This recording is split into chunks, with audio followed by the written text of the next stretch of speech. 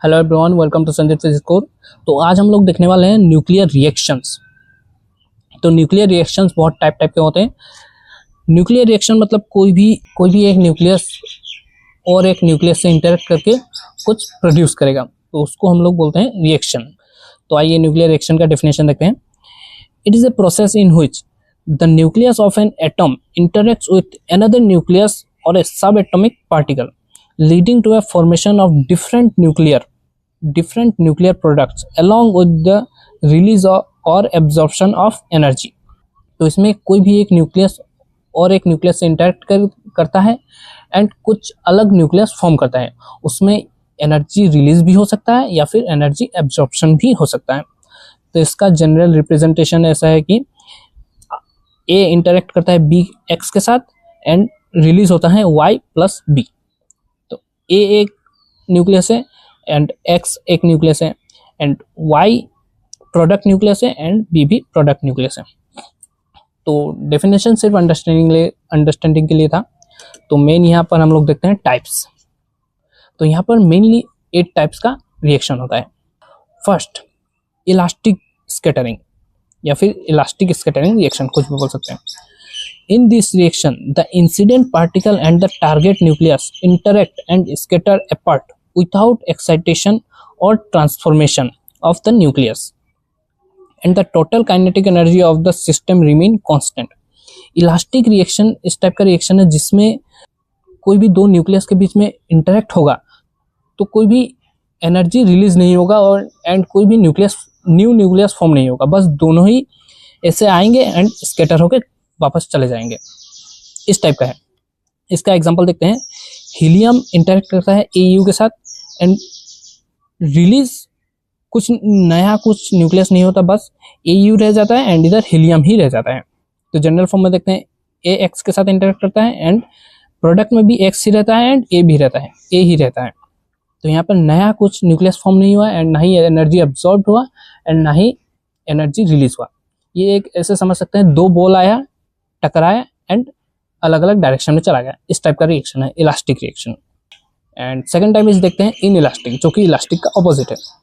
In this reaction the incident particle interacts with a nucleus and excites it to a higher energy state causing a loss of kinetic energy of the system. यहाँ पर जो कोई भी दो nucleus interact करते हैं and एक nucleus क्या होता है कि एक्साइटेड स्टेट में चला जाता है। तो इसका देखते हैं एग्जांपल। यहाँ पर हाइड्रोजन है, लिथियम के साथ इंटरेक्ट करता है एंड लिथियम जो है वो एक्साइटेड स्टेट में चला जाता है एंड हाइड्रोजन वैसे ही स्कैटर हो जाता है। तो जनरल फॉर्म में देखते हैं ए एक्स के साथ इंटरेक्ट किया एंड ए वैसे ही रह गया बट एक्स जो है वो एक्साइटेड स्टेट में चला गया। तो नाउ थर्ड वन देखते हैं डिसइंटीग्रेशन रिएक्शन।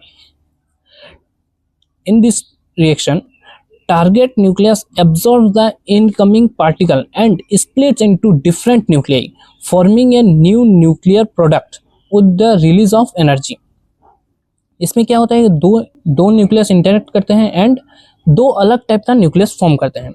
जैसे एग्जांपल से देखते हैं, हीलियम नाइट्रोजन के साथ इंटरेक्ट किया तो इंटरेक्शन होने के बाद यहाँ पर ऑक्सीजन एंड हाइड्रोजन रिलीज हुआ। जनरल फॉर्म में ए एक्स के साथ इंटरेक्ट किया and Y and B release हुआ। इसमें इंटरेक्ट होने के बाद हीलियम भी नहीं रहा एंड नाइट्रोजन भी नहीं रहा। दो न्यूक्लियस इंटरेक्ट होने के बाद दो न्यू न्यूक्लियस रिलीज हुआ। This is disintegration reaction. इसके बाद देखते हैं photo disintegration reaction. In this reaction एक gamma ray photon interact with a nucleus and disintegrate it into smaller particle और न्यूक्लियाई।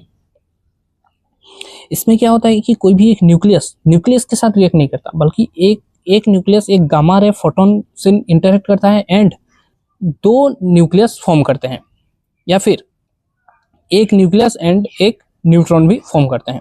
तो एग्जांपल से देखते हैं। तो यहाँ पर जो हाइड्रोजन का न्यूक्लियस है वो गामा रे फोटोन के साथ इंटरेक्ट करता है एंड यहाँ पर हाइड्रोजन का एक आइसोटोप रह जाता है एंड साथ में न्यूट्रॉन रिलीज करता है। जनरल फॉर्म में एक्स गामा रे फोटोन के साथ इंटरेक्ट किया and Y and A form किया। ये था photodisintegration. Fifth one is radiative capture. In this reaction, the target nucleus capture the incident particle and the excess energy is released in the form of gamma radiation. इसमें दो nucleus interact करते हैं and interact करने के बाद एक nucleus form हो जाता है एंड वो एक न्यूक्लियस जो है वो एक्साइटेड स्टेट में चला जाता है एंड फिर वो एक्साइटेड से ग्राउंड स्टेट में आने के बाद आने के लिए एक गामा रे फोटोन रिलीज करता है। जैसे एग्जांपल से देखते हैं, यहाँ पर हाइड्रोजन एंड मैग्नीशियम का रिएक्शन हुआ, तो रिएक्शन होने के बाद एल्यूमिनियम फॉर्म हुआ, तो जो एल्यूमिनियम है वो एक्साइटेड स्टेट में चला गया। यहाँ पर कोई दो न्यूक्लियस इंटरेक्ट होने के बाद दो फॉर्म नहीं हुआ, दो न्यूक्लियस इंटरेक्ट होने के बाद एक ही न्यूक्लियस फॉर्म हुआ जो कि एक्साइटेड स्टेट में है। तो वो एक्साइटेड स्टेट से ग्राउंड स्टेट में जाने के लिए उसने जो एल्यूमिनियम है वो एक गामा रे फोटोन एमिट करता है। जनरल फॉर्म में देखते हैं, ए एक्स के साथ इंटरेक्ट किया और वाई फॉर्म किया जो कि एक्साइटेड स्टेट में है एंड वाई एक्साइटेड स्टेट से ग्राउंड स्टेट में आ गया with A release of gamma ray photon. इसके बाद देखते हैं सिक्स्थ रिएक्शन जो कि direct reaction. In this reaction the incident particle interact, यहाँ पर छोटा सा है, interact with the target nucleus for a very short time and directly produces reaction products without forming a compound nucleus. तो ये जो डायरेक्ट रिएक्शन है इसमें क्या होता है, बाकी सब जो रिएक्शन था उसमें क्या होता है कि रिएक्शन होने के बाद एक ही न्यूक्लियस फॉर्म होता है, दो न्यूक्लियस रिएक्शन होने के बाद एक न्यूक्लियस फॉर्म होता है, या तो वो एक्साइटेड स्टेट में होता है या फिर एक्साइटेड स्टेट में नहीं भी होता है, बट वो पहले दो न्यूक्लियस मिलके पहले एक फॉर्म होता है, उसके बाद फिर स्प्लिट होकर अलग अलग होते हैं। बट इसमें क्या होता है कि वो जो एक साथ होते हैं, जो कंपाउंड होता है वो कंपाउंड नहीं होता, दो इंटरेक्ट होते हैं एंड फिर से दो रिलीज हो जाते हैं। वो जो कंपाउंड था एक बनने का प्रोसेस वो नहीं होता, इसलिए इसका नाम डायरेक्ट रिएक्शन है।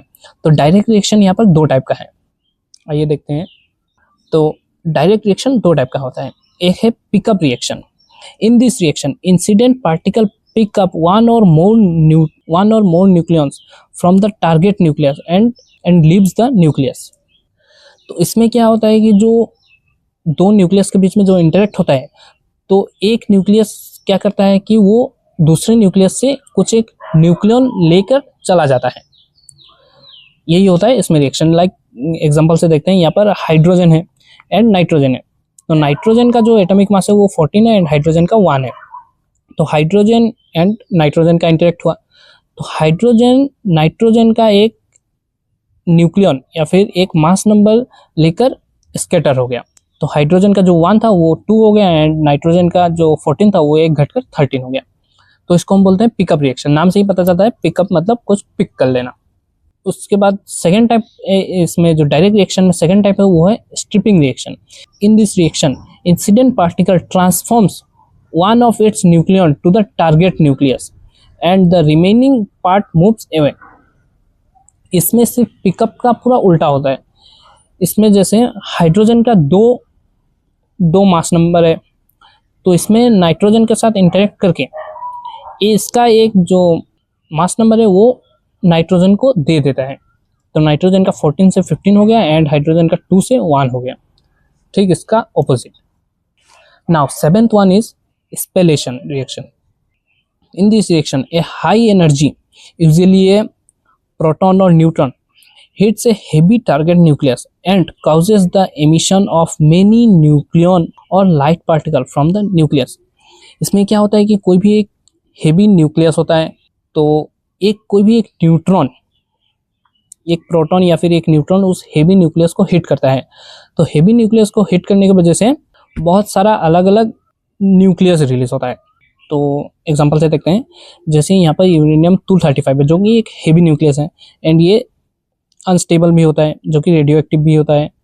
तो इसमें एक जो न्यूट्रॉन है वो यूरेनियम 235 को हिट करता है, जिसके वजह से ZR98 रिलीज होता है एंड T136 रिलीज होता है एंड प्लस 2 न्यूट्रॉन रिलीज होता है। ये जो रिएक्शन है इसमें जो न्यूक्लियस होता है वो एक ही न्यूक्लियस होता है, उस न्यूक्लियस को हिट करने की वजह से बहुत सारा मल्टीपल न्यूक्लियस रिलीज होता है।